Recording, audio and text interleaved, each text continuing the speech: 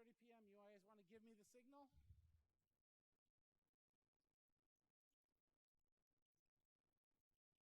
Ready in? Good evening, ladies and gentlemen, and welcome to tonight's meeting of the Ridgecrest City Council. We will go ahead and call this meeting to order with our roll call. Mayor Bruin. Here. Mr. Blades. Present. Mr. Rajaratnam. Here. Mr. Heyman. Present. Ms. Breeden. Present. 5 present. We have a quorum. Next item on the agenda is approval of our agenda for this evening. Do I have a motion for approval as presented? So moved. Second. Motion and second. Please vote. Hey, Ron, would you mind turning the volume up on mine? I don't think it's up very loud.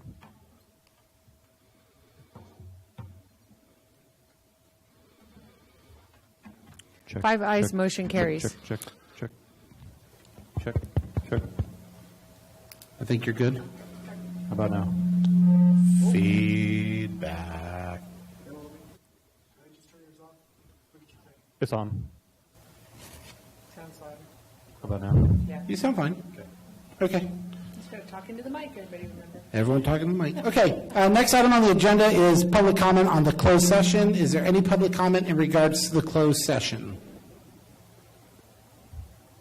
Hearing none. The next item is the council will adjourn into closed session for personnel matters.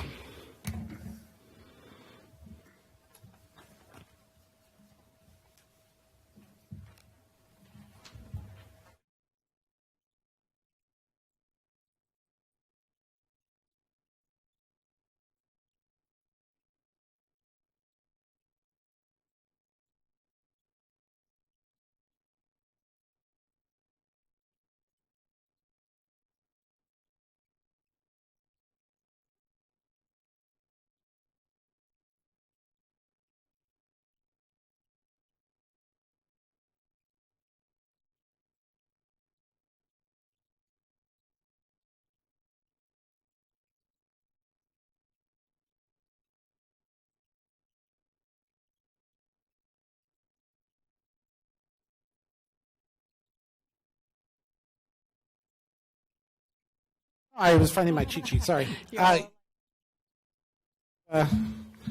We are coming out of closed session,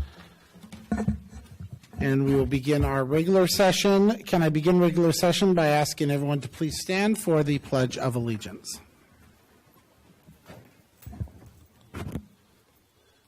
Ready? Begin. I pledge allegiance to the flag of the United States of America and to the republic for which it stands, one nation, under God, indivisible, with liberty and justice for all. Solomon, if you wish. Please join me in prayer. Lord, thank you for this beautiful day, though it is hot. Lord, be with us during this meeting. Pray for our country, Lord. Give your guidance to the leadership. Pray for troops who are in harm's way. Protect them from all evil. Lord, pray for our police department and the first responders who serve this community, Lord, day and night. Lord, thank you very much for all of them. Lord, be with us during this meeting. Let our deliberations be acceptable to you and beneficial to this community. In Jesus' name I pray. Amen. Amen.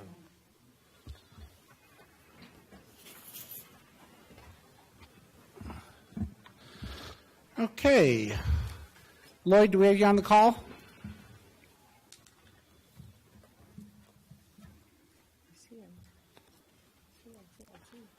Lloyd, do we have you on the call?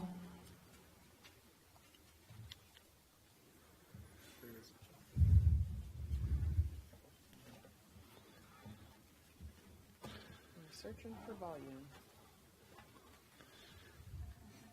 We're ready for city attorney report, Lloyd. If you don't, I can go ahead and report out as closed session.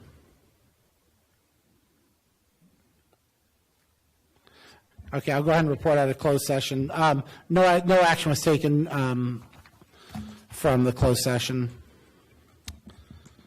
Next is presentations. This will be the, if I can have the entire council join me at the podium to present some of our service awards.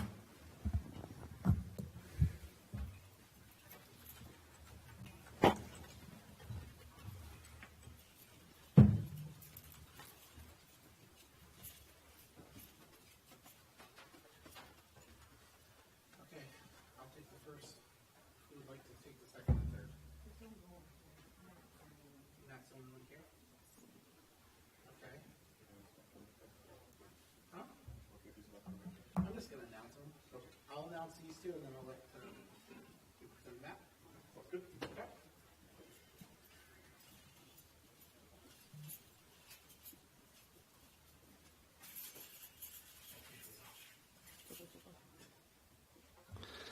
Well, good evening. It's our pleasure to, as we do every quarter, recognize those employees who have been with the city now for increments of 5-year periods, and we have 3 employees to recognize this evening. 2 of them are not here, so I'm just going to recognize them by name. The first is Brianna Stengel, in recognition of 5 years of service to the city of Ridgecrest. And for Yvonne, is it Yvonne Prince? Yvonne Prince, in recognition of 20 years of service at Ridgecrest. We will get the recognition of services provided to both of those employees and thank them for their service. Mr. Matt Freeze, if you don't mind.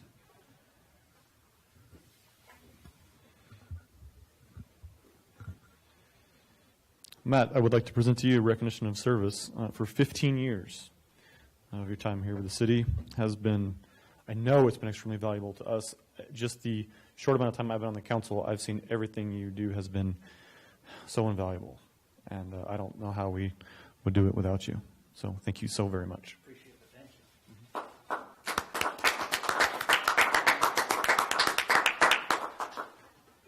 Thank you, sir. Is it down from 37? It is down. We are down. Because you scared me with 37. Yeah, now we're down to about 30, 33, 34. Jess, do you want any other pictures of the council? I figured you'd want one. If I can have the council over here. Matt, come on over here. All right.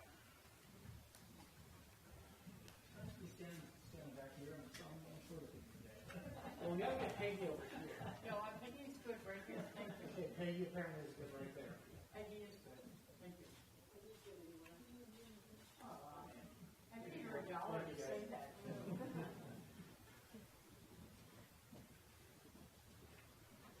I like hiding in the back. Thank you.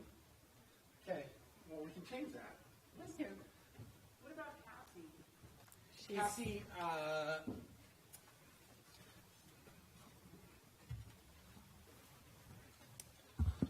on the agenda, there is an indicated another employee celebrating 15 years of service. We discovered, due to a clerical error, that it was not 15 years, and she will be recognized at a future date.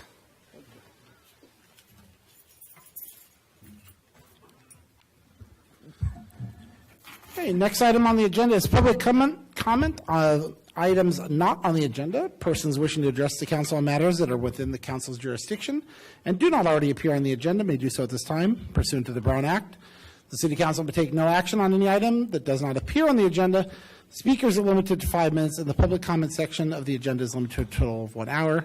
Speakers are asked to provide his or her name. Is there any public comment from the floor? And our first contestant is up.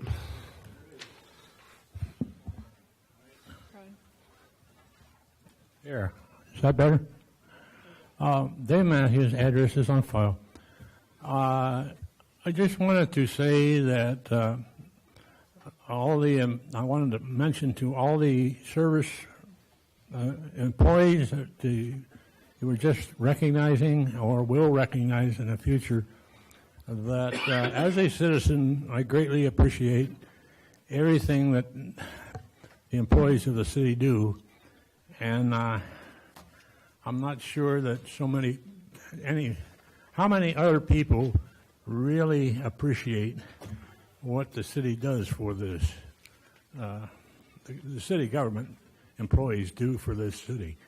So, unfortunately, I'm aware that many of you would like to have a little bit more money, but then having been retired for so you see about 25, 30 years, I'd like to have a little more too. So, but I don't see it becoming any better very soon unless we as a citizenry stand up and put our foot down and about certain policies within the state and the federal government.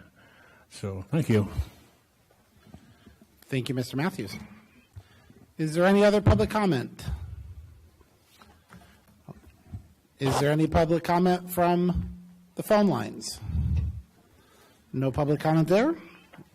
We'll go ahead and close public comment. Next item is council announcements. The one announcement I want to make sure that all of us is, if you enjoy tonight's presentation, we invite you back tomorrow evening for a repeat process. However, it should be longer and drier as we will be doing our budget workshop. If you've ever done a budget workshop, that means that we'll have each of the department heads here. They'll have an opportunity to discuss the materials they've provided us. The community will have a chance to provide input, but more importantly, this is the chance for the community to, again, provide us input in where we're going strategically in terms of services for the next budget year. And we certainly would love to have the public's participation and interaction here tomorrow evening. Is there any other council announcements? Okay. Next item on the agenda is the consent calendar. All items listed on the consent are considered to be routine and are non-controversial according to city staff. Consent items may be approved by one motion. If no member of council or audience wishes to comment or ask questions, if comment or discussion is required, the item will be removed from the consent agenda and considered in a listed sequence with an opportunity for each member of the public to address the city council concerning the item before action is taken. There are two items on the consent calendar. Item number 2 is the approved draft minutes of the Ridgecrest City Council. And item number 3, a resolution to approve the fiscal year 21-22 rate adjustment request for solid waste services. Do any members of the council wish to have an item pulled? Yeah, number 3. Right, number 3. Does any member of the public wish to have an item pulled? We'll be discussing item number 3. Okay. Item number 3 has been pulled. Item number 3 is a resolution to approve the fiscal year 21-22 rate adjustment request for solid waste services. City Manager Strand. Do we want to approve the? I was actually stopping myself because do we want to approve the consent agenda and then come back to the item? Is that the best way, or discussion and then approval of the calendar as a whole? We generally approve What's not ever last. pulled, Thank you. yes.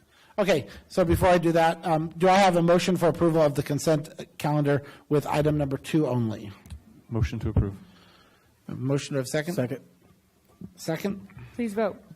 I felt like I was off sequence on that one. No, I was hesitating. That's the outline. It didn't. Mr. Blades. Oh, 5 ayes, motion carries. It's usually me. It's the outline's fault. Ricka didn't hear that one. I said it's the outline's fault. Oh, yeah. Item number 3, a resolution to approve the fiscal year 21-22 rate adjustment request for solid waste services. Mr. Strand. Thank you, Mr. Mayor. What this is before you tonight is a rate adjustment that has been requested by Waste Management pursuant to our agreement. We entered into a solid waste agreement with Waste Management in 2012. We amended that agreement and extended it in 2018 to the end of this year. However, they do have the ability to obtain a rate increase that's based upon a formula that's in the contract.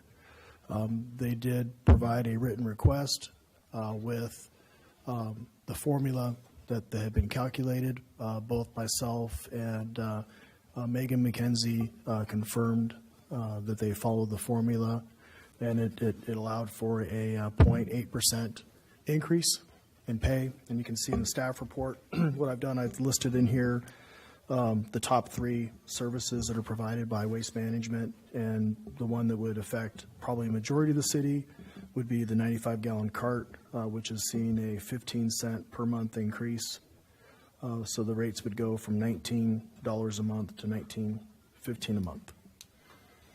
So, Mr. Blades, do you have any? I know you pulled this. Do you have any other specific questions? I pulled it just so we could talk about that, just to make sure everybody understands what's going on.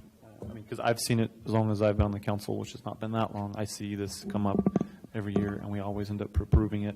And I think that we should talk about it every time as long as people understand that there's something coming. Sure. I mean, it's a broad-based formula that's used. It has to do with the employment cost index, as well as the price index, as well as the fuel index, and they're broken down proportionality-wise.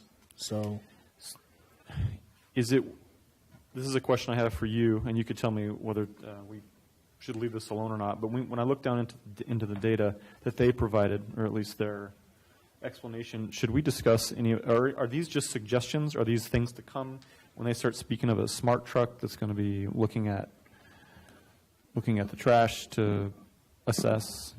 Should we discuss that? not tonight. We can discuss it a little bit more tomorrow night during the budget process.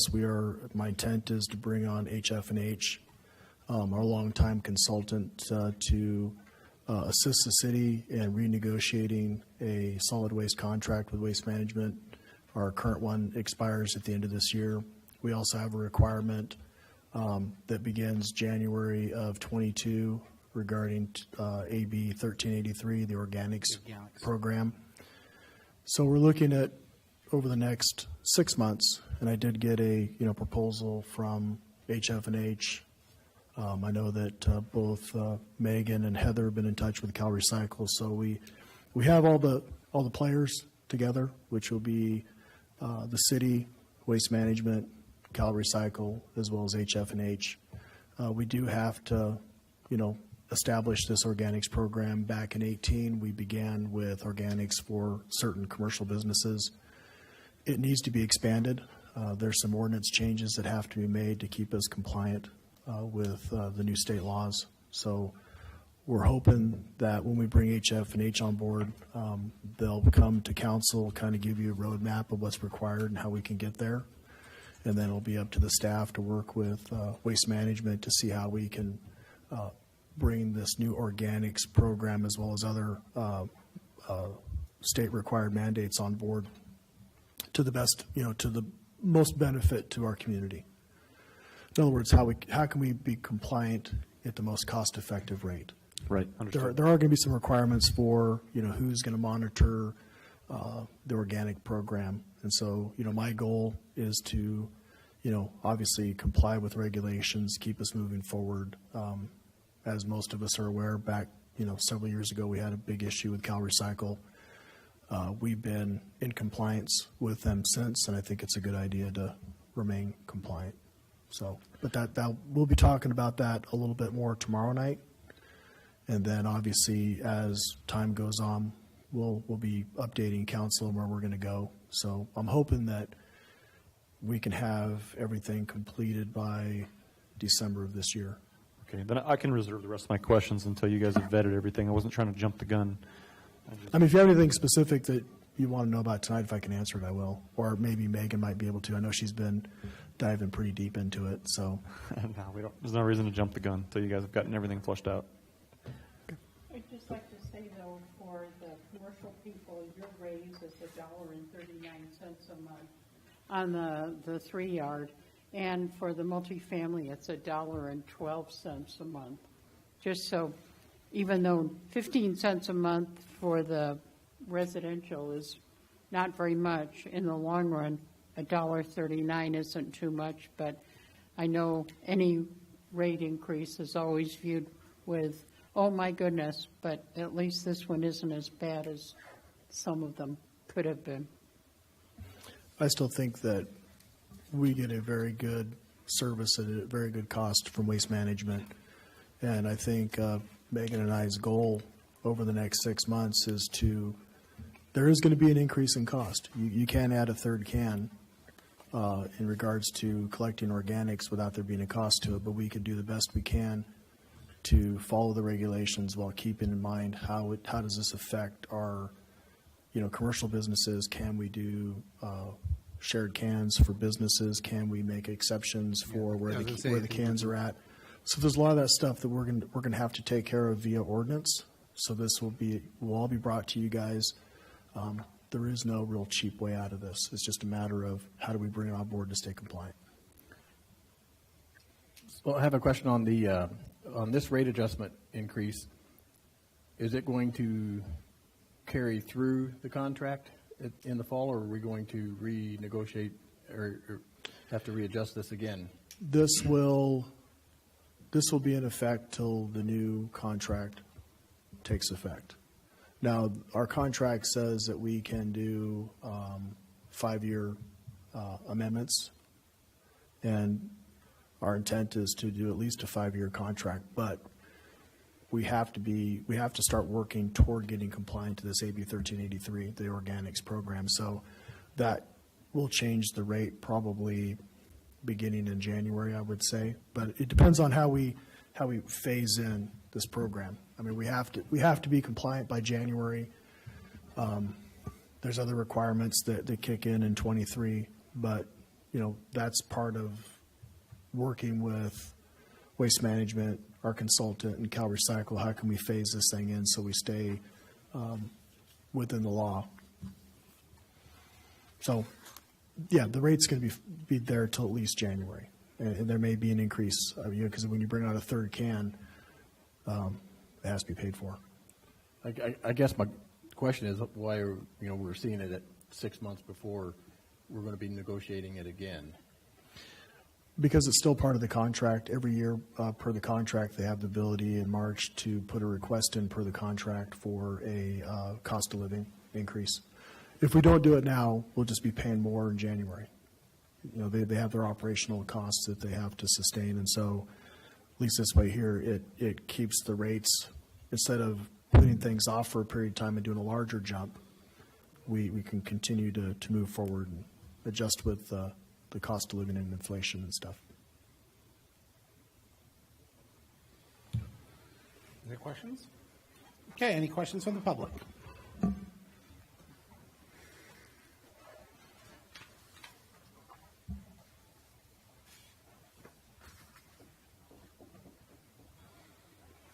Yes, I just wanted a clarification on something here. This usually doesn't appear in the consent calendar. Didn't we have a public hearing or something earlier this year with regard to this rate increase? And this is just catching up now, or what? Mr. Matthews, the last rate increase we had with Waste Management was approved by council in June of 20. Yeah, June 2020. So this is the normal and routine. Every year Correct. The council receives this, so under the agreement. Now, if this would have been, last 2 times they asked for a special adjustment, and they were justified in doing so. So I brought it to the discussion because we had to justify why they're doing a special increase. And last time it had primarily to do with the plastics and China not taking the plastics, and they're having to go through a much more stringent process in cleaning the plastic so that their cost is actually costing money to get rid of our recyclables. And so they asked for a special adjustment at that time to mitigate those costs. But this time it was just a small cost of living rate that was based upon indexes that are recognized by the government and on government websites. Okay, and I believe the county just increased the landfill fee or something here recently. Does that affect Waste Management at all, or is that just the general public? The increase that you're referring to is their increase in the solid waste fees to deal with litter. There is a systemic issue of littering throughout the county, and the Kern County Public Works Director is requesting an increase in those fees to address that issue.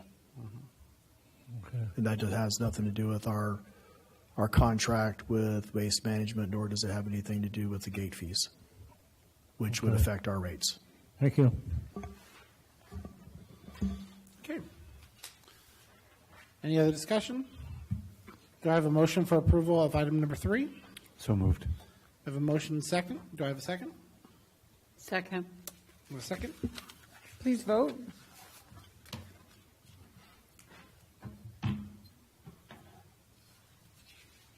Five ayes, motion carries. Next item is item number 4. This is discussion and provide guidance to the city's representative on the board of the Indian Wells Valley Groundwater Authority Mr. Heyman?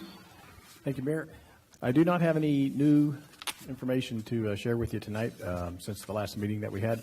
We will be meeting next Wednesday for the GA board, and that's all I have for tonight. Okay, is there any questions from council? So last meeting, lawyers advised us to not ask any too many specific questions about any hearings or anything coming up. Is that the same case? Yes. Okay.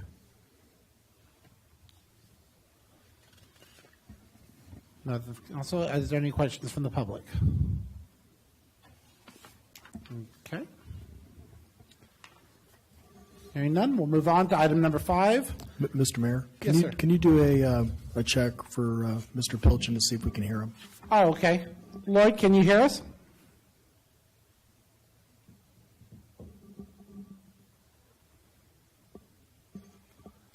Lloyd, can you hear us?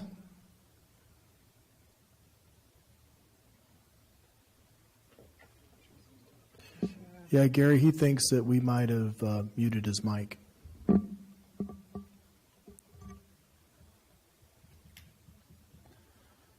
Lloyd, can you hear us? Papa, can you hear me? Sorry if anybody else gets the info. He's trying to talk.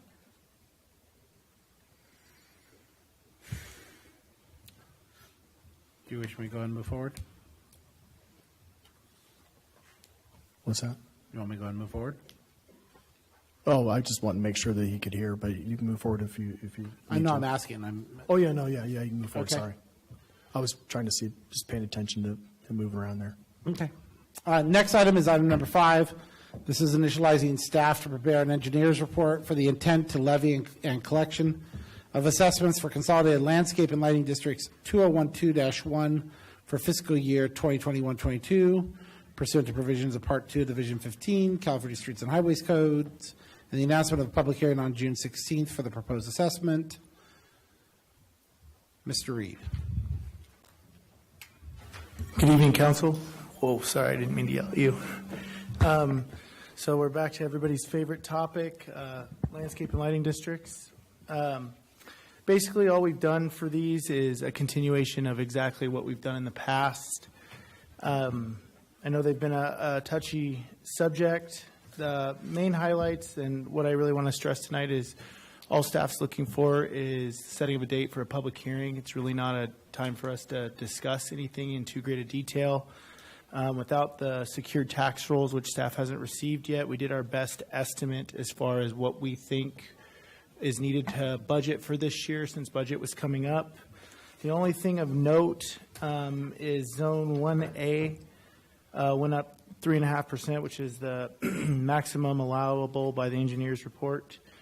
All the other zones increased by a marginal difference, and Zone 3 is being subsidized by the reserve fund in the amount of about $10,500. And given that Zone 3 had a roughly about $12,000 in the reserve fund due to council action in previous years that only levied 2 parcels at a 0 levy and 4 at a $100 levy, the general fund will most likely have to subsidize. Staff is working on a solution to that for next year, but, I'm sorry, not for next year, not next fiscal year, but the year after that. But just keep that in mind that it is there. So this year, as it says in my staff report, we're looking at doing this report in-house. We've revised rough numbers in the budget and tried to make it a little bit more presentable and a little bit more understandable. Hopefully that's the case. And with that, I'm open for any questions. Why the increase? So basically, every year we look at what the actual costs were for power for streetlights. You look at what the actual costs were for the maintenance of the landscape, the actual costs for water, actual costs in some zones for street signals.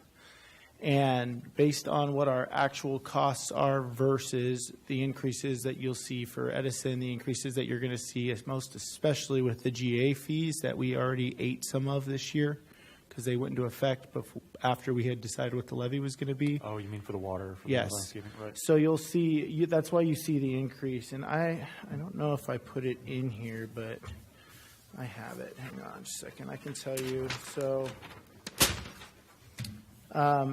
there's, as you guys all probably remember from previous meetings, you've got 3 zones, Zone 1, Zone 1B, and Zone 1C, that are all residential, that are the D.R. Horton tract, and now the ones that Mr. Stephen Hare and Aspen Homes have been building out. You see a 3.5% increase in, where is it? Where's my actual increase? Yeah, so you have a 3.5% increase in Zone 1. Gosh darn it, where did I put that? Sorry, I've got so many papers out here, it's unreal.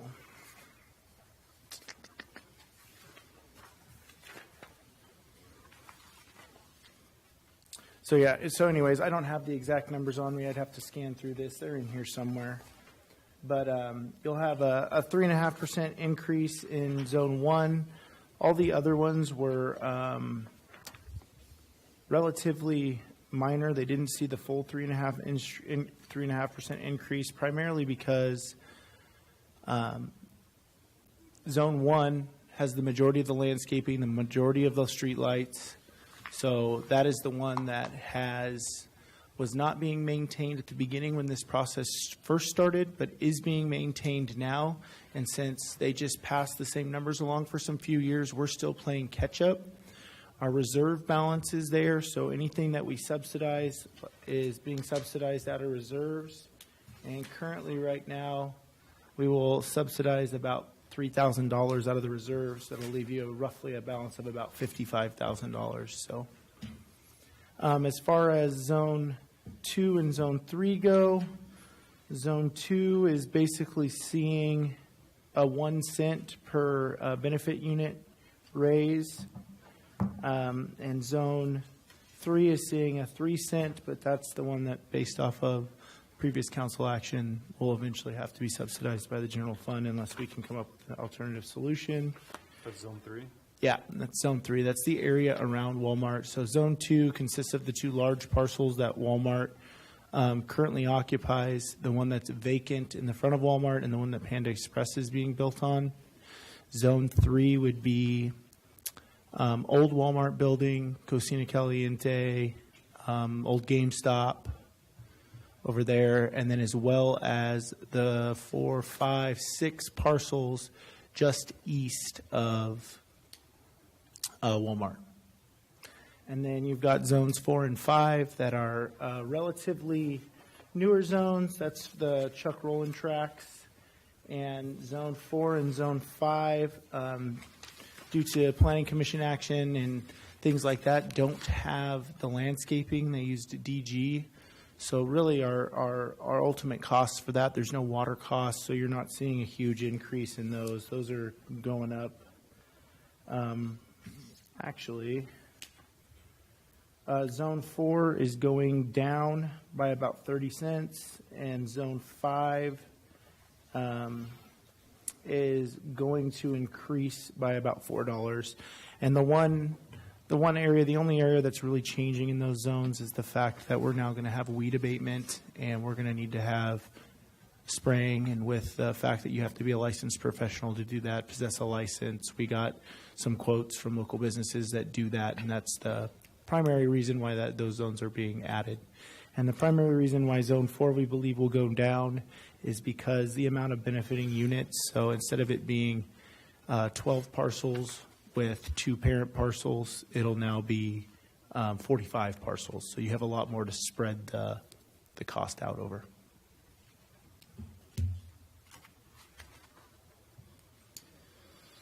So what you're saying is it might be worth it just to go and either take the landscaping out or plug up all the water that we have on the B.I. Horton tract.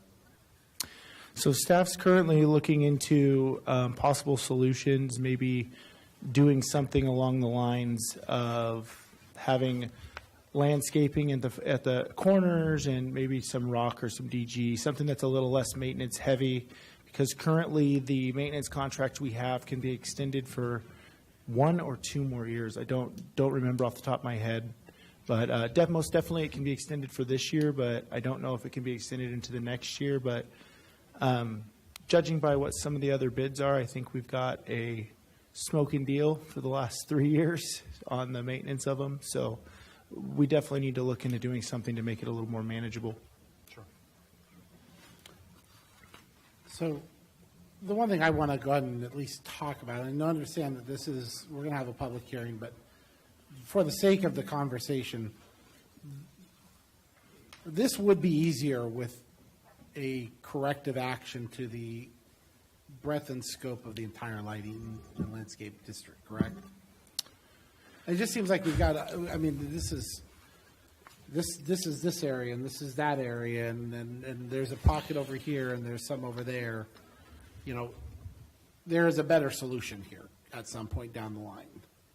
Ultimately, I think it speaks towards what Mr. Matthews said at the beginning of the meeting, as far as it comes down to what the public wants to see. If they want lights on, and they want maintained medians, and they want maintained landscaping along right-of-ways, that has to be paid for in some way. Oh, no, of course. And right now, it does make it a little tough because we have so many sporadic zones, but at the same time, you can't really lump Walmart and commercial area into the same zone unless you have a huge zone, as you had indicated, as you would with a residential zone. Because the way you calculate what they call the benefit unit, which is based on your street frontage to whatever the benefit is that you see, whether it be a signal light, whether it be street lights, whether it be landscaping, medians, all these different things, that would be a very convoluted and a very hard calculation to show the correlation between a business and one who makes money versus one who is a residence and is just living there. So there would have to be multiple zones anyways. So I think you could have one consolidated zone, one consolidated district, but like it is right now, but you would need to have multiple zones until we have a better solution, which, as you have alluded to, would probably be a full citywide landscape and lighting district. You were discussing doing this report in-house.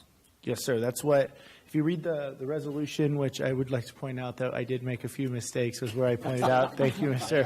Rajaratnam. I didn't want to point that out, so. And I believe our clerk took care of it for me, so thank you. Rika. Yeah, the intent of tonight's meeting is just you to direct staff to come back with an engineer report, which will then have the details that you're getting now, so.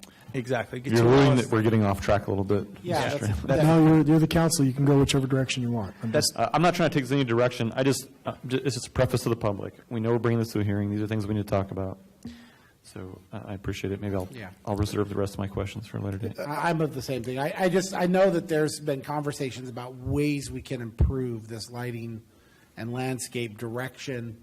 All I'm saying is, what are those ideas? Can we put them out into the atmosphere for at least a flavoring of interest or non-interest or complications or examination? Not today. For today, I need a motion to approve the direction to staff to prepare the engineer's report. Public comment. Yes. It's right there. She reminded me. I will add one thing, that council did take action on a ordinance update that gave some discretion and latitude on staff on establishing some of these landscape and lighting districts that made sense. So I think that was one of the big issues that was a sticking point that the council has already addressed. Yeah, but if I remember right, there was something that there could be some substantial savings in the gas tax, if I remember something to that effect. We subsidize the landscape and lighting to the tune of about $230,000 a year out of the gas tax fund. Right. And that's strictly lighting. Yeah, and that's what I was saying, is there's some room for a potential conversation of some kind. That's all I was saying. Is there any comments from the public? I would add one more thing for you for that. Hopefully, we don't try to come up with the large solution at the public hearing. But if you guys wish, no. I'm just saying. No. I'm just saying. I don't think we're going to come up with any of the solutions. This is, if I'm being frank with the audience and with the public, is we can't talk. I mean, Brown Act keeps us from having very minimalized conversations. And so if I have a topic that is on the table that I can offer some insight that says, hey, I know there's some other areas we can talk about here, then I'm going to take the swing. Sorry.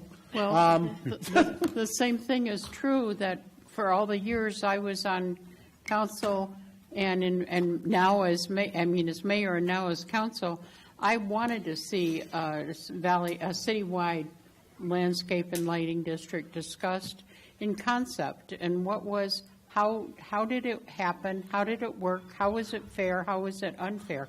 And I didn't want to see numbers as much as I wanted to see the concept of how we do that, because to me it seems much more equitable, because just because I drove from this spot to this spot didn't mean that I didn't receive any less or more benefit from driving from that spot to the other spot.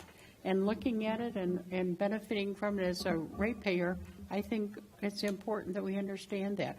I do have one question, though.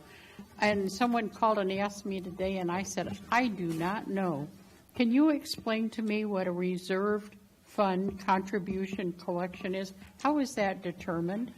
So basically what that is you take what your total assessment is and what you're trying to accomplish to have in a reserve in the event of an emergency.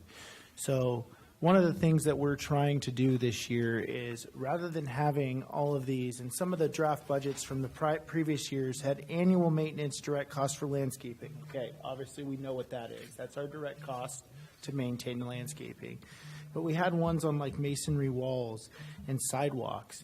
And in my experience, whenever you have a problem with a sidewalk or whenever you have a problem with a masonry wall, it's not something that's a $100 fix or something that you're levering every year. It's hey, we have to replace 25 feet of this wall, or hey, we need to replace 5 sidewalks. So the tune of 5 sidewalks at normal scale would be $4 a square foot, but since we're prevailing wage, let's just call it $8. So you're looking at, anywhere from $400 to $500 just for them to come out and replace a 4x4 section of sidewalk. So that reserve fund collection and contribution is money that we are trying to collect to stick into an account to have for which, when the day we need to repair something that is substantial. That's what I said, and I thought I was correct, but I wanted to verify. So I know you're listening, so there's your correct answer. Thank you. And the key is one is a plus and one is a minus. Minus. Correct, exactly. And right now, out of 1A, we have a contribution from that reserve fund to basically make it a zero balance for the general fund not to fund this landscape and lighting district.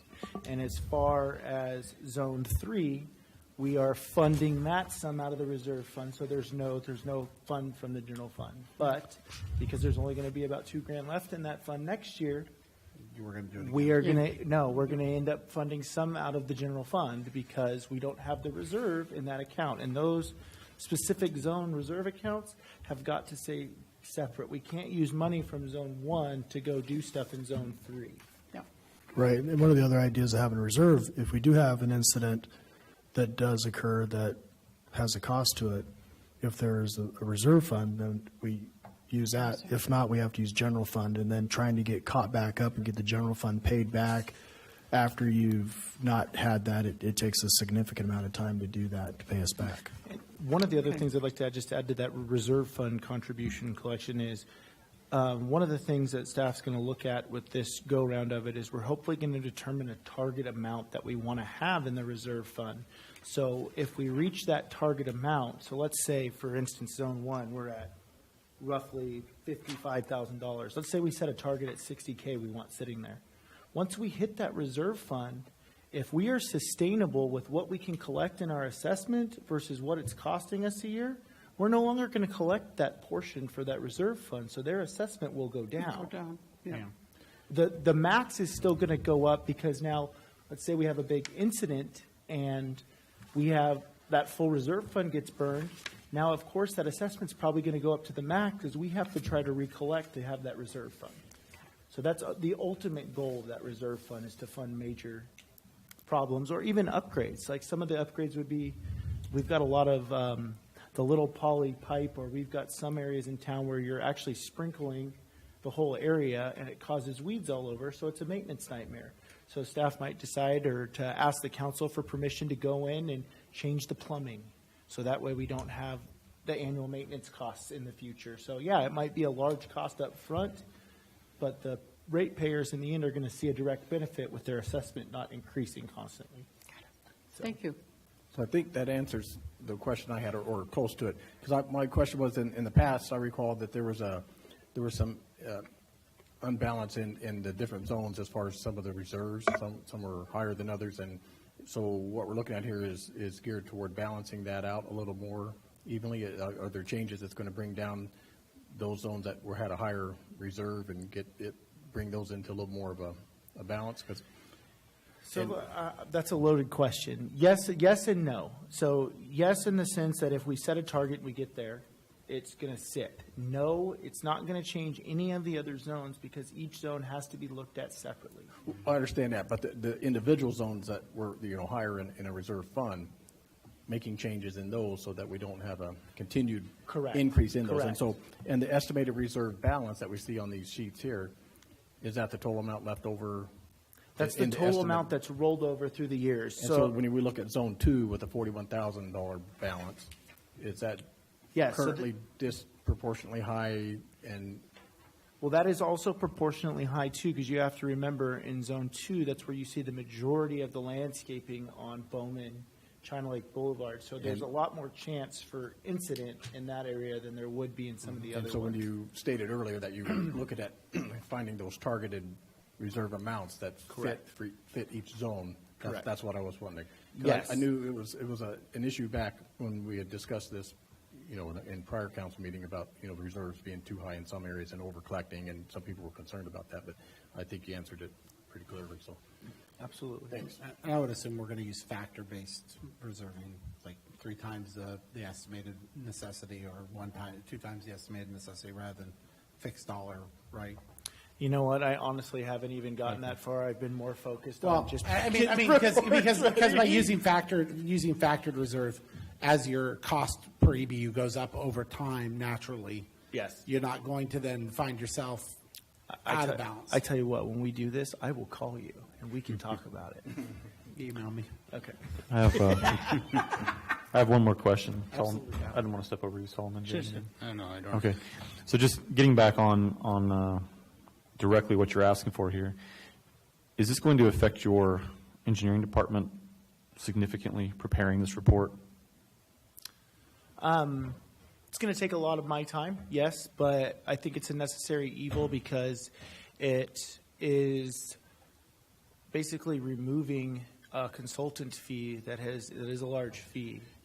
So it benefits not only the district, but it benefits I think the city as well, because it's extra money that's not going to be coming out of a reserve. So it's, in a way, it's a double-edged sword. It's going to take some time, but it's definitely doable. I've already got the time pretty much in it preparing these numbers. I might as well just go the extra mile and be done. Once the template's in place, Exactly. to the degree we need it to be in place that makes sense, then it's just a matter of touching it up every year. I remember being on previous committees, pouring through the equations and looking at, the black magic that went into creating those, those EVUs, and it was no easy feat, and it's a lot of labor and man hours. And so when we go to prepare this, I'm just saying, like, as a council, we're asking you, you're bringing it to us, but we're then asking you to do no small feat on a very overtaxed public works engineering department specifically already. This has been a small dollar item that has been all-consuming. So I think that for maybe future, when you start talking about doing the 218 hearing and having the introducing development into the landscaping light district, those will probably be done by the consultant. But by us having more of the day-to-day knowledge, our input on how that's established will be much better. If that makes sense. It does. It was a segue into my next question. At some point, we have to involve Will Dan again to complete any portion of this report. Or any other portion. If the council decides that they want to go the direction of trying to consolidate and have the whole city be within a landscape and lighting district, we're definitely going to need some outside help, whoever that may be. No, I want you to do it. Yeah, I know when you establish them, we have to do the 218 hearing. There's that whole set of procedures that have to be gone through. This here, just the annual, is more of just an engineer report setting the budget and addressing the CPI on the EBU. So it's a little bit different than establishing one. Essentially, the only thing that really changes for EBUs are some of our residential ones.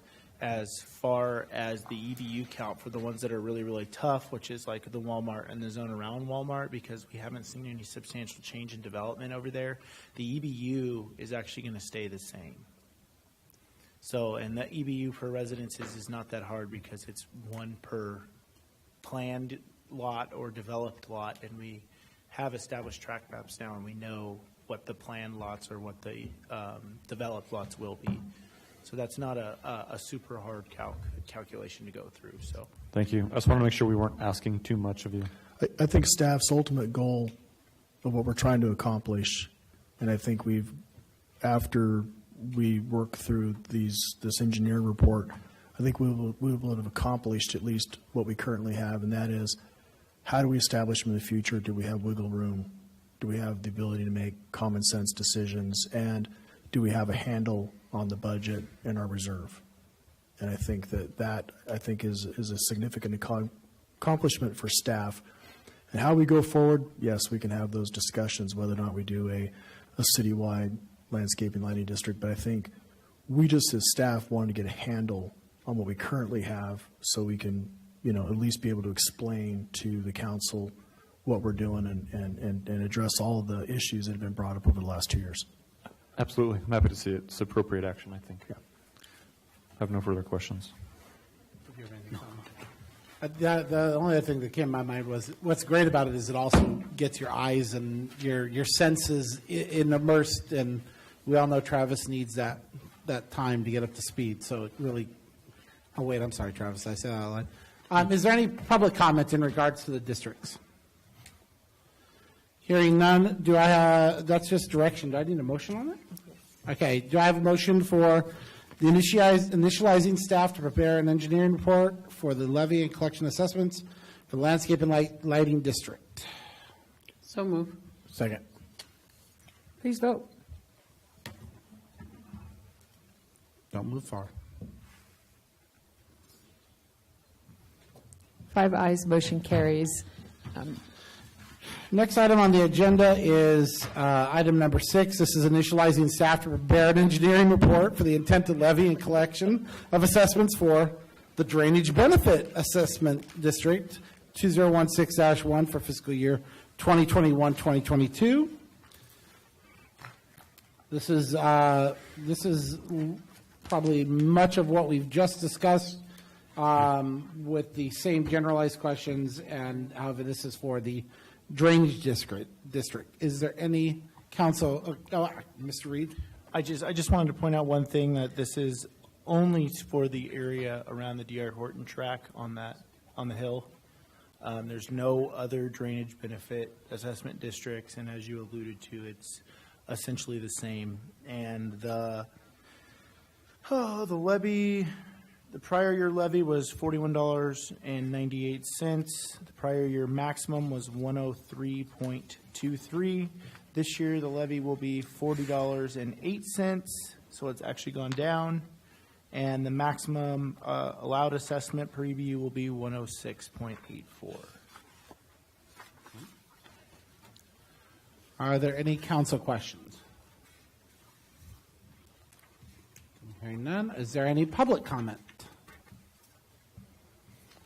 Hearing none, do I have a motion for initializing staff to prepare an engineering report for the Drainage Benefit Assessment District? So moved. Second. Please vote. 5 ayes, motion carries. Okay, next item on the agenda is item number 7. This is to accept the base bid as submitted by Nagel Earthworks and deny the additive alternative 1 for high tensile asphalt reinforcement and pavement reinforcement grid interlay. Allocate Measure V funds for the base bid and up to $199,260.40 for 20% contingency, a maximum total up to $1.195,562.40. Award a construction contract to Nagel Earthworks to construct and pave the 2021 Measure V paving program in the amount of $996,302, and authorize the city manager, Ron Strand, to execute the contract. Mr. Reed. So as you guys can see, we are basically awarding this contract to the base bid low bidder. The additive alternative one came in more than double the projected engineer's estimate, and staff feels that it would be a better use of the money to pave more streets rather than put these additive high tensile fiber in the asphalt and the geotextile interlayer. And so basically get a little more bang for our buck for how many streets we can do.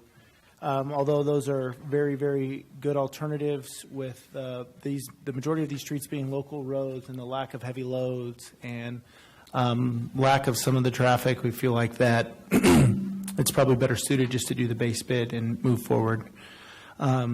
And as Mr. Mike Neal sent me an email requesting which streets, so I'd like to apologize for not putting the streets in there. The streets that we will be paving are Aileen Street from Graff to Wayne, Purdue Avenue from Aileen to Wayne, Reeves Street from China Lake Boulevard to Norma. There's mainly sidewalk and ADA improvements and some minor paving on the unimproved areas there, so it's not a full street pave. West Tamarisk Avenue from Down Street to the 6908 eastern boundary, which is the paving project that happened over there last fiscal year. North Warner from Argus to Coso, North Sanders from Argus to Coso, North Fairview from Argus to Coso, Panamint Avenue from Balsam to Sanders, Gold Canyon Drive from California Boulevard to Ridgecrest Boulevard, Silver Ridge Street from California Boulevard to Ridgecrest Boulevard, and East Wilson Avenue from Sunland to just past Henry Street. And then we all know how bad some of the intersection is at Norma and Upjohn. We are going to basically reconstruct the areas at which cars stop in those areas and get rid of the huge bumps and the heaving that's over there. Other than that, we all know that we had our difficulties with Nagel Earthworks in the past. Staff did a lot of research in vetting the company and went out and visited a lot of the sites. They've done some numerous projects for Wasco, the city of Wasco, and the county of Kern. I personally visited about 6 of them. My personal opinion is we're going to watch them like a hawk. We're going to use it as a training program for our newly hired engineered one to learn the ropes for inspecting. And he was honest, and that goes a long way with me. So my recommendation is to award it to Nagel Earthworks. Without the additive. Without the additive. So they haven't done any job for us earlier, right? So they did the one job on Tamarisk that we had a couple of issues, and we're still sorting through those. It's going to be a little bit of a drawn-out process, I think, but ultimately, somebody that calls and wants to talk to you and wants to prove that he says that's basically that he doesn't do bad work and that there were some exigent circumstances and some failures on his behalf that he should have recognized at the beginning, and just the way he was honest about his approach to it. You don't find that these days in contractors, in my opinion. So I think it's worth giving them another shot and seeing if they could do good work for us and possibly do some more projects in the future. You said you'll be using some engineering observation and inspection, right? So Yes. do you know who is going to do that, or? So we've contacted Wildan for professional services for this. We are looking at an inspector that has numerous years of experience. His name's Larry Brown. He inspected Down Street. He inspected Dolphin Street. He inspected Ridgecrest Boulevard. Not much gets by him. He takes detailed notes. He knows his stuff, and I think he's going to be a great role model and a great person for our engineer one, for Quinn and for Gail to learn from. And so hopefully what the goal of staff is here is let's spend the money now on outside inspection and let's get our own staff up to speed so that way when we do these projects that are locally funded, we can do inspection in-house. That's great. I'm glad. I mean, finally we are doing some road work. So that's a great thing. Thank you. I have a question. So it's worth it to you. I mean, it doesn't seem like there's a whole lot of difference between Nagel and Griffith here on the table. But that, you see what I'm getting at? Like, there doesn't seem like there's a whole difference in money, yet we've had issues with Nagel. I don't know if you've ever had issues with Griffith. So I'm wondering why we're going with somebody who we're currently having issues with. So, like I said, it's you're basically allotted two ways to not award a contract to the low base bid. And based on the way our contract was written this time, our only discretionary item to award the contract was off the base bid. The two methods that you have that are appropriate to disqualifying a bidder are basically to deem them either not responsible or non-responsive. So Nagel Earthworks has been responsive. They submitted the addendums. They submitted their bid on time. So that one is out. Not responsible is another way that you can do it. That is basically using government contract code that says you basically walked off a project, you didn't try to fix your mistakes, and the owner of the company made it very apparent to me he doesn't feel like he is not responsible when he did, in fact, remove everything we requested and replaced it. Anything they damaged, he removed and replaced. So, and it's also quite a big black mark to put on somebody if they get disqualified from a contract for being not responsible.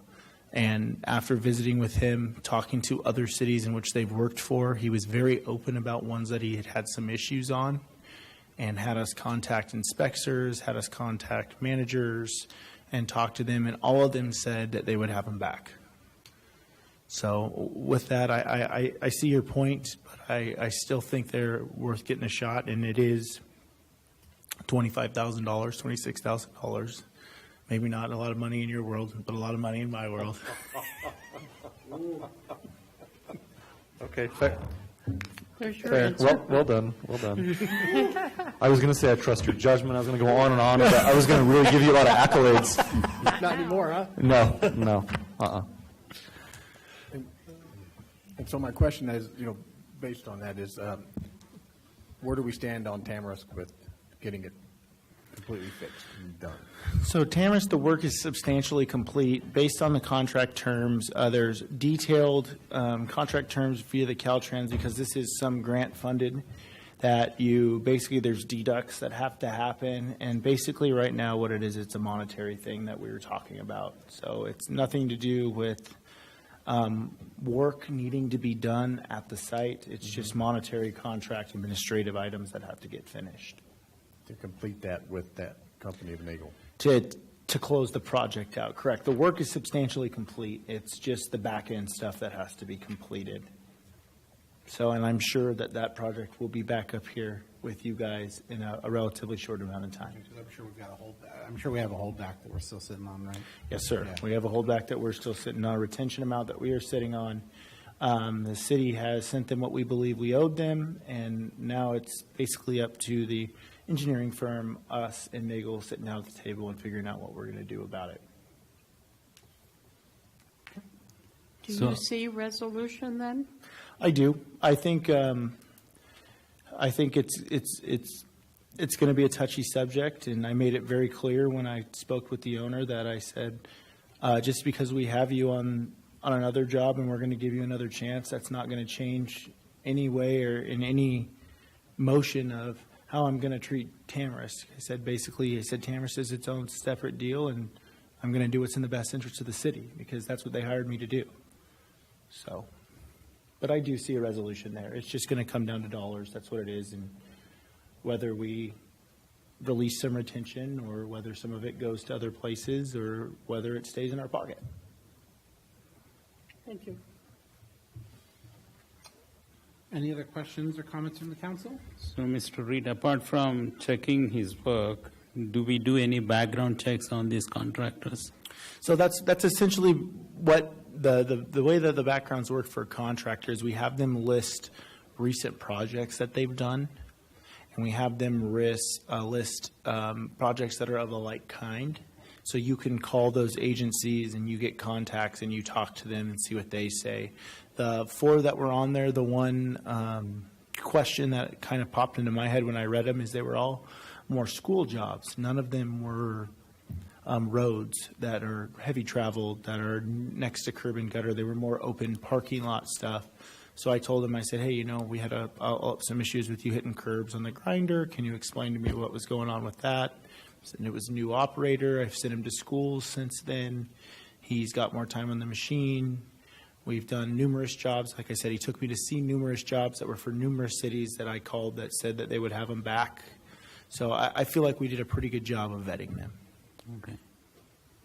Yeah, I think we should have good oversight on this because it's a lot of money we are dealing with. So I 100% agree with you, and I think that in some of our past, and this is not placing blame on anything, it was in the last contract, we didn't have continuous inspection on it. It was periodic, so it was basically at the need. Once subgrade is prepared, we come and inspect. Once base course is down, we would come and inspect. Once the final cap is on, we would come and inspect. Where this one, we have it budgeted in there for that, not contingency, but for the 10% soft cost for construction inspection. That is continuous inspection.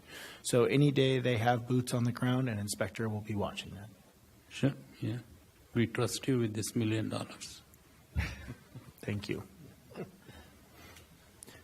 I just want to Some of us clarify do. quickly, what is lost in age, ability for long-term retention, those types of things in terms of the roads holding up by losing the asphalt reinforcement?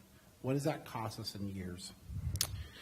So, I've done some research on this. I was going to say a lot, but my definition of a lot and what I've done is a little bit different, I think. So, from what I've read and what I can see about what the majority of what it does is it prevents the cracks that you see in the surface from projecting through. It adds, so asphalt is a lot like concrete in the sense that it's very strong in compression. So on like wheel loads pushing down on it, it's strong. But in tension, when you pull it apart, it is not very strong. So in spots where there's voids, you could see potential cracking and things like that. But being the fact that it's a local road and it's not going to see the wheel traffic that we would see like on a Ridgecrest Boulevard or on a major arterial. If it was a major arterial, I would probably recommend that I say we do this just as to give it some added strength and to give it some added life. But, I mean, we've got roads that have been around for, 50 years that are still in pretty good shape. So I'm going to say that it might, if we didn't touch it, it might knock 5 to 6 years off of it.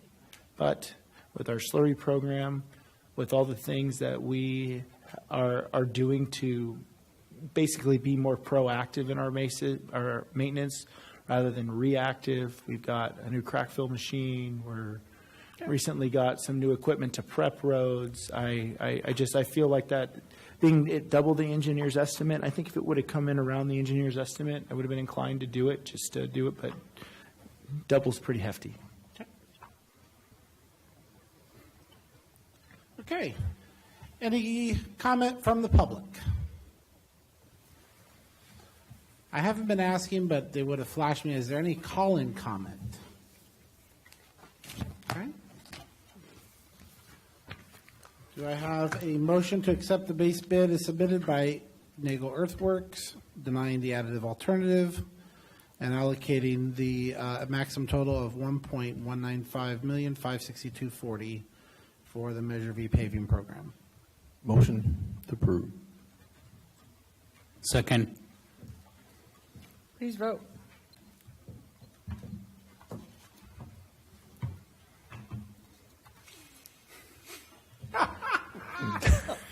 I'm sorry. 5 ayes, motion carries.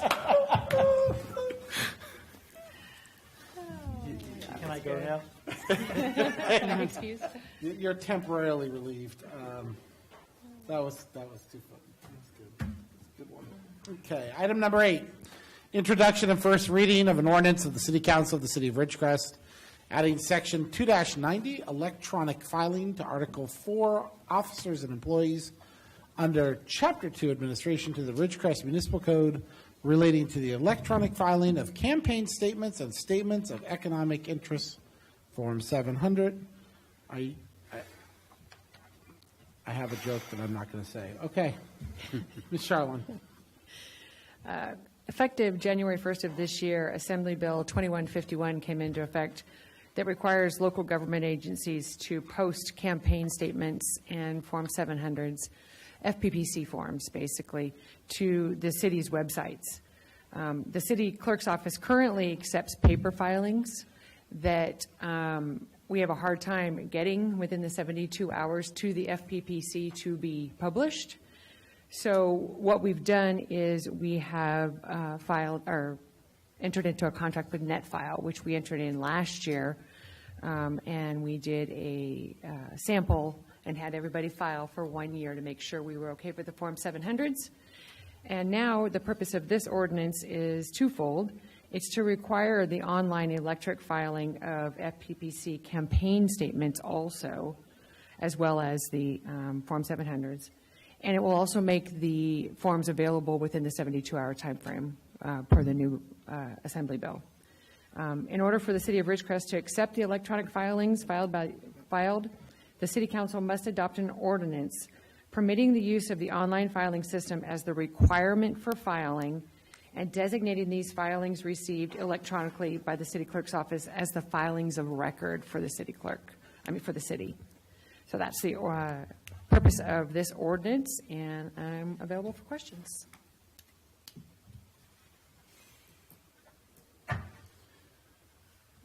So no, I guess I'm just going to ask silly questions. There's no way anybody could come in and just do it by paper then? You absolutely can. There will be exceptions made. Okay. Yes. And it's not for those that are campaign finance under the 2000. They're not going to. Correct. That's one of the exceptions. That's one of the important exceptions. The joke was going to be, I feel like this was the Eric bill, but but I get that this is electronics. This is just streamlining the process. Correct. Any other council comments? I have none. This is modern technology being put to use. Any public comments? Okay, hearing none. The first, I need a motion to waive the reading in full of the ordinance of the City Council of the City of Ridgecrest of California, adding Section 2-90, electronic filing, to Article 4, officers and employees under Chapter 2 to the Ridgecrest Municipal Code. So move. I have a motion. Do I have a second? Second. Please vote.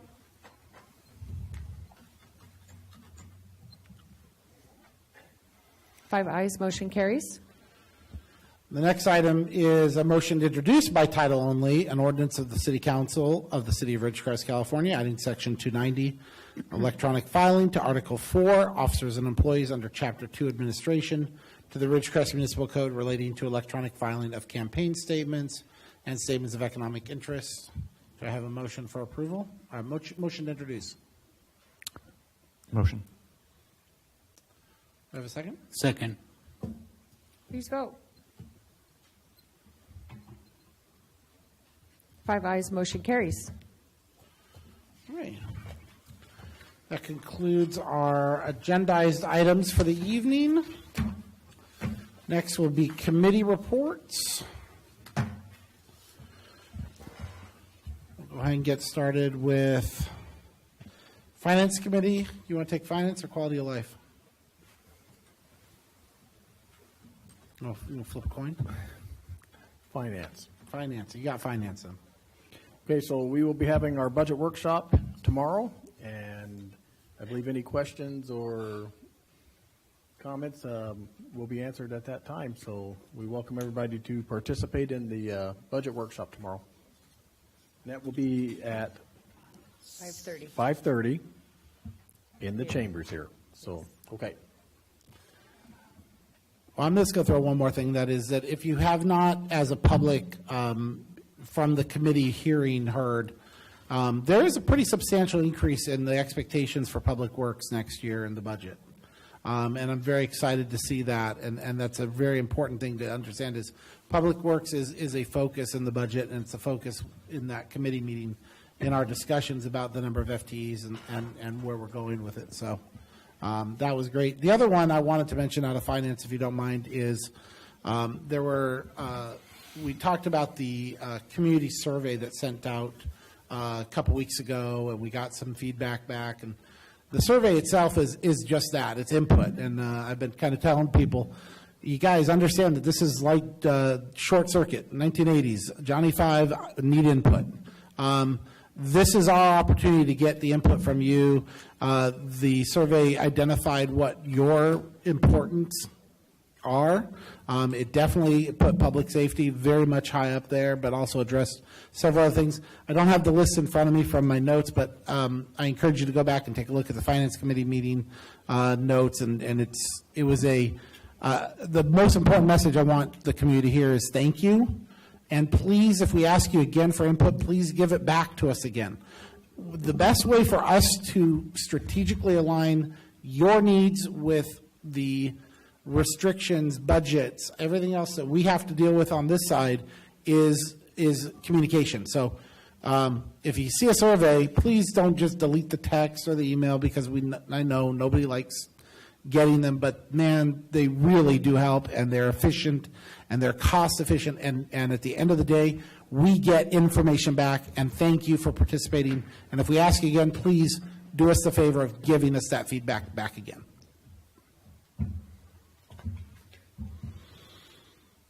Okay. Infrastructure. We did meet. We discussed a lot. We actually had a pretty heavy agenda. We had a lot of things going on. So we talked about SCE. What was it? Just one light was replaced, but then that was explained. And I'm just going to go over these real quick, and if you guys have any questions, just hit me up, and I have notes. We did an update on cross gutters. That's been an ongoing conversation. Four-way stop at Argus and Balsam, ADA transition plan, street lighting on Downs, and then the traffic management plan, which was accepted, for lack of a better term. Right, no further comments. Anything from council?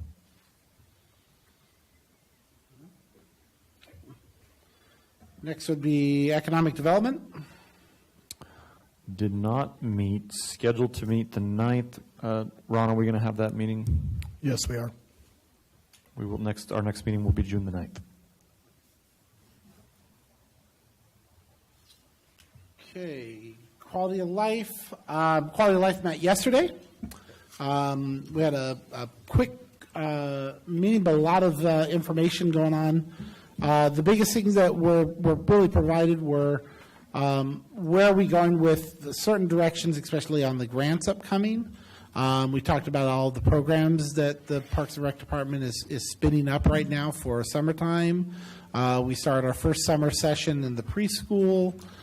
The bigger thing that I would say the only real heavy directional piece is there was some conversation about looking to put seating at the skate park. The entire committee didn't feel that was the best direction, just simply because we don't need another fixture to be ridden on at the park itself. To the public, please take a folding chair if you're sitting there with your kids.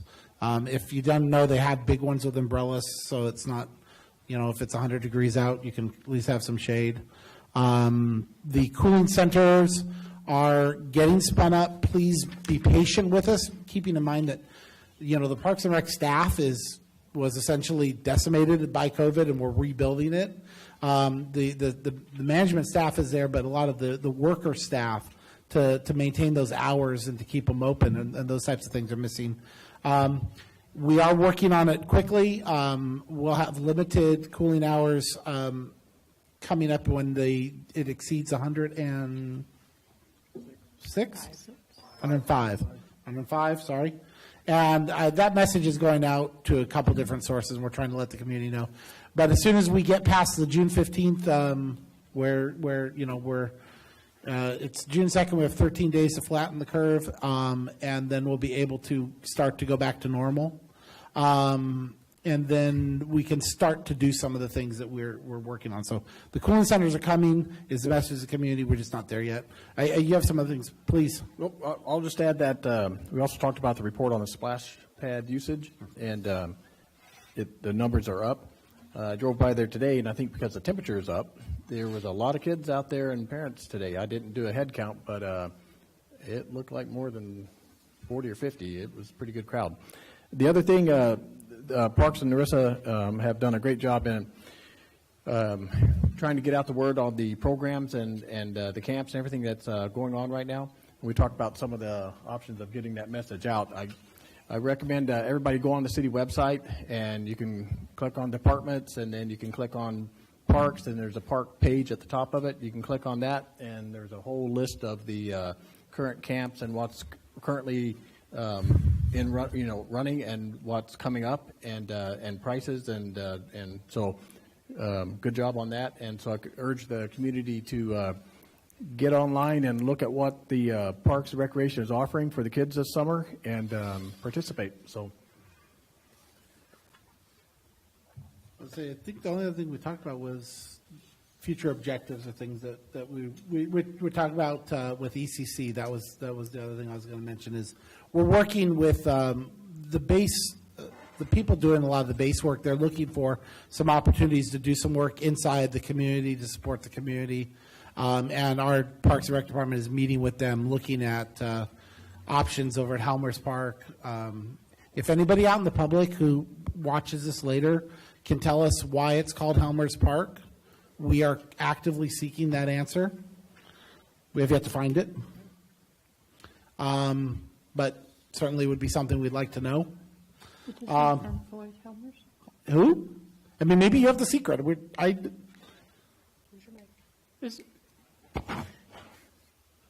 Wasn't there a Floyd Helmers? I remember. Again, I'm asking the public and Peggy, if you figure it out, we're all waiting for the corner piece to the puzzle that makes the image come together, because we're missing it. Okay. And then the other thing that we talked about is, and I'm just going to reiterate again for the sake of the audience that's watching, is I think there's a great low-hanging fruit opportunity over on Helena for a pocket park, and I'm not giving up on mentioning it over and over and over again, because I just see a dog park and a little fitness area that just helps the residential home values in that area. Where? Helena. Do I keep mixing up the name? Is it Helendale or Helena? It's Helena, right? Helena off of Upjohn. And Travis is going, great. I'm the guy that sent him out there to look at it.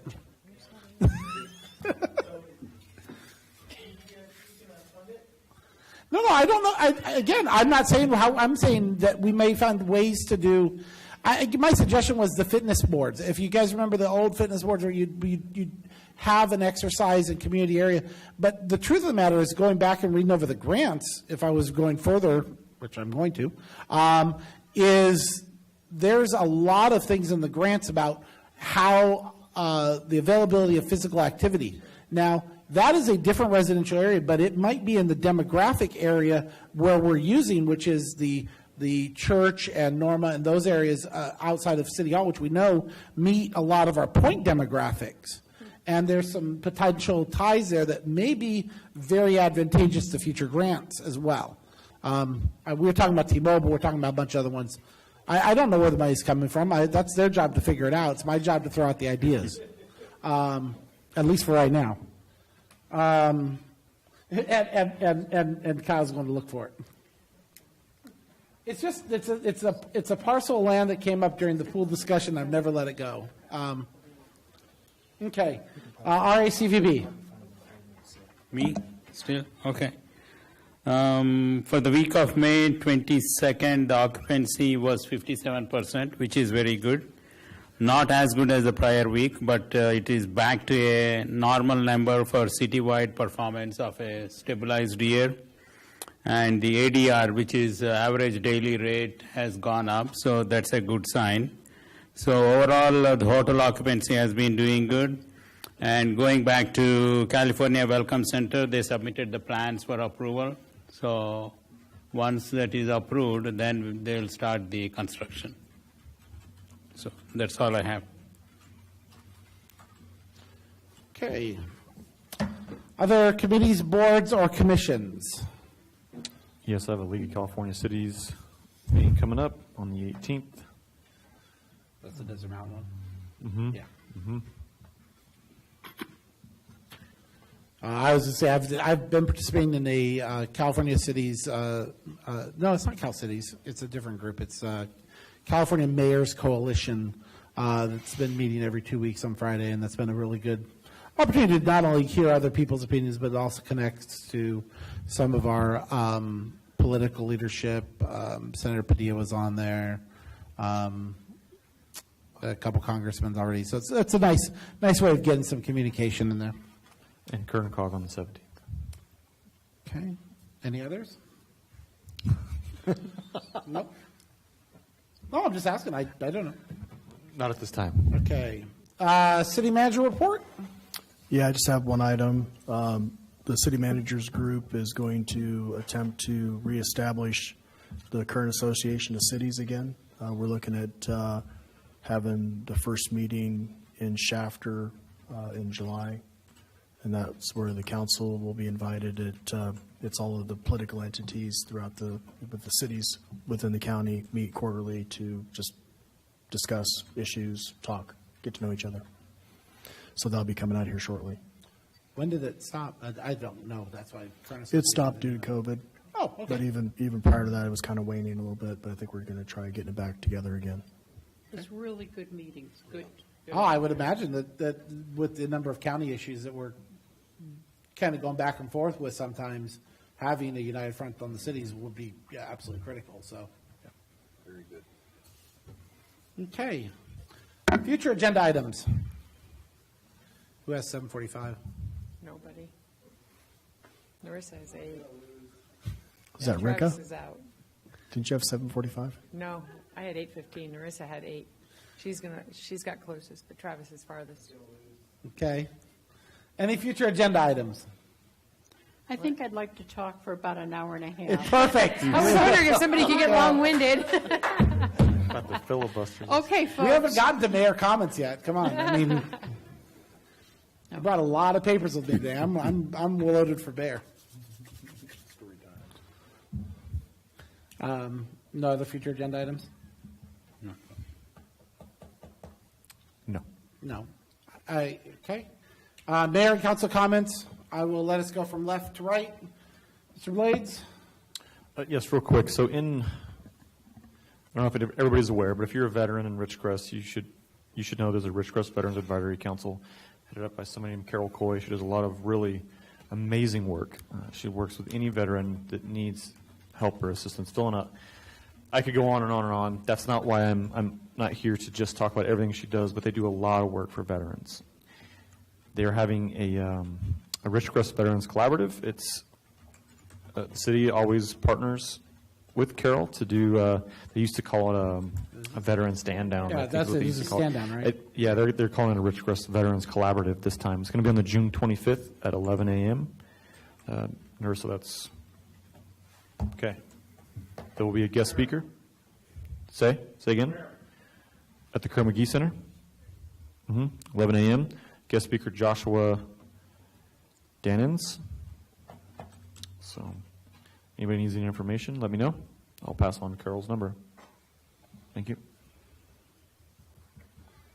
Simon? Just want to thank the city staff for their hard work. So I think they are doing great things and we are moving in the right direction. Thank you very much. Peggy? Nothing? None? Well, since Scott doesn't want to blow his own horn, I will for him. Just want to thank Councilman Heyman for speaking at the VFW as well as Councilman Solomon. I give up. I'm not. Because I just call you Raj. Right? I've been for so many years that if I stop and think about it, but as I'm talking, it's never going to work, who both spoke at the VFW Memorial on Monday. Thank you. Solomon shared a poem, and Scott shared some of his memories as a serviceman, as well as some stories. Thank you both for coming out and acknowledging and representing our community, but also honoring those that have fallen to give us the right to be up here right now and serve this community, which is something that can never be understood by somebody who didn't serve. And I never served, and therefore I will always defer to the men who served. So thank you for doing that. In my mayor comments, I want to just be able to say at least two things, and that's if anybody hasn't heard by now about the BCC, which was the what was I using? I was the BCC. I can't remember, but I was calling it the Great Catalytic Caper of 2021. For those of you that don't hear, my personal vehicle was victimized at my workplace, had the catalytic converter cut off. Our police department did an incredible job and was able to arrest the suspects and return my converter to me the next business day. At 11 p.m. at night, the officers were still out working. Kudos to those men and women who worked so hard to get it out there. But I want to go and address the unfortunate thing that happens in these things, which is, we fail to look at the great positive of the incredible work of our officers, of our, the men and women in blue. They did an incredible job, and they did it because we did a good job of giving them information and offering them assistance and doing the right things as citizens for them. I love it. I love to hear every comment that says, well, they only worked because it was the mayor's car, and that's a bunch of BS. The mayor's car happened to be sitting at a financial institution with 48 cameras on the property, and in the stupid criminal category, don't go and cut a catalytic converter from a bank parking lot. I mean, let's just call a spade a spade. And at the end of the day, when you roll up at 11 p.m. to your workplace and you find 3 officers underneath your car trying to match up the evidence because they're at the end of an 18-hour day and they've already brought it back from Barstow, these men and women deserve our appreciation and my sincere thanks. I give you one more promise, that is that I have learned that overzealous is no longer a word to be used, and I promise never to do it again. I said it today. I'm saying it again now with the most humblest apology that I can offer. The next is, for those of you that didn't have a chance, Chief McLaughlin was on a Rotary call today, gave a great update on everything that's going on in this community. We have an incredible, safe, and wonderful community. I just want to remind everyone who looks for the negatives, guys, we have some incredible positives to be in this community, and I thank everyone on our staff that makes that happen. And then finally, we had a great closed session today. I can't talk about it, but I'm just going to say we had a great closed session today because we're going to start solving some things that we need to solve. And that sends me home with a smile. Hopefully it sends you home with a smile. It's 7:39. I would like to add just one more comment. Take it. Absolutely. So I have to commend our local police department too. You guys are always working hard, 24/7. I was on my lunch hour the other day, and this car does a really weird intersection turn, and they were not abiding by the law. And I'm like, what the heck is this? And then about that time, I figured out, okay, here come the police car right behind him, and then the guy does a U-turn. So I thought I need to get out of the way. And so I pulled off the side of the road and allowed the car to turn and take off, and the PD right behind him. I thought, caught myself in the middle of a chase here. But I commend you guys on your hard work. We like the mayor just said, we see it, sometimes directly, and we know what's going on when we're not seeing it too. But thank you. So with that, everyone have a wonderful evening. It is 7:40 p.m. Travis, I'm sorry you lose the lottery today. I hope to see, and please tune in tomorrow for our budget workshop beginning at 5:30 p.m. We'll see you tomorrow.